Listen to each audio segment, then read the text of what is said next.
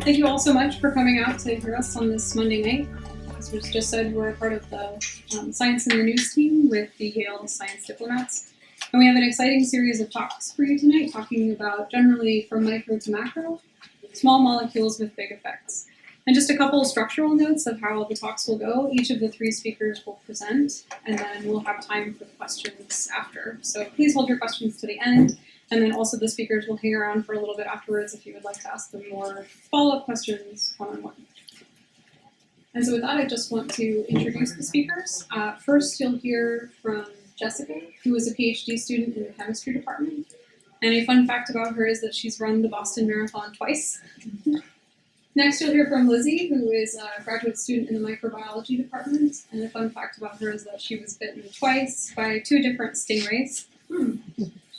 And lastly, you'll hear from Han, who is a PhD candidate in the biology department. And a fun fact about her is that she has 2 cute pet guinea pigs.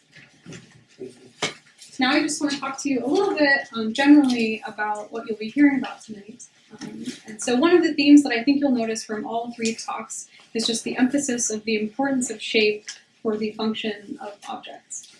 And this is a concept that you'll probably be familiar with, since many of the things that we use in our everyday lives have shapes that are really critical for their function. And not only that, when the shape is altered in any way, it can have consequences for the function of that particular object.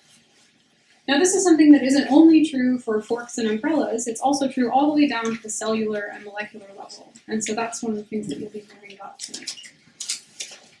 First, Jessica is going to talk to you about nitrogen fixation and how the unique shape of some enzymes or molecules within the cell help them to achieve this process, and also how some scientists are trying to emulate these natural processes at an industrial scale.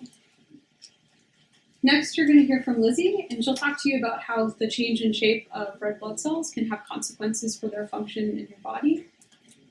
And last but not least, you'll hear from Han, and she's going to talk to you about the molecular mechanisms of aging, and specifically how the relative organization or chaos within your cell can lead to aging itself. So with that, I'll hand it off to Jessica.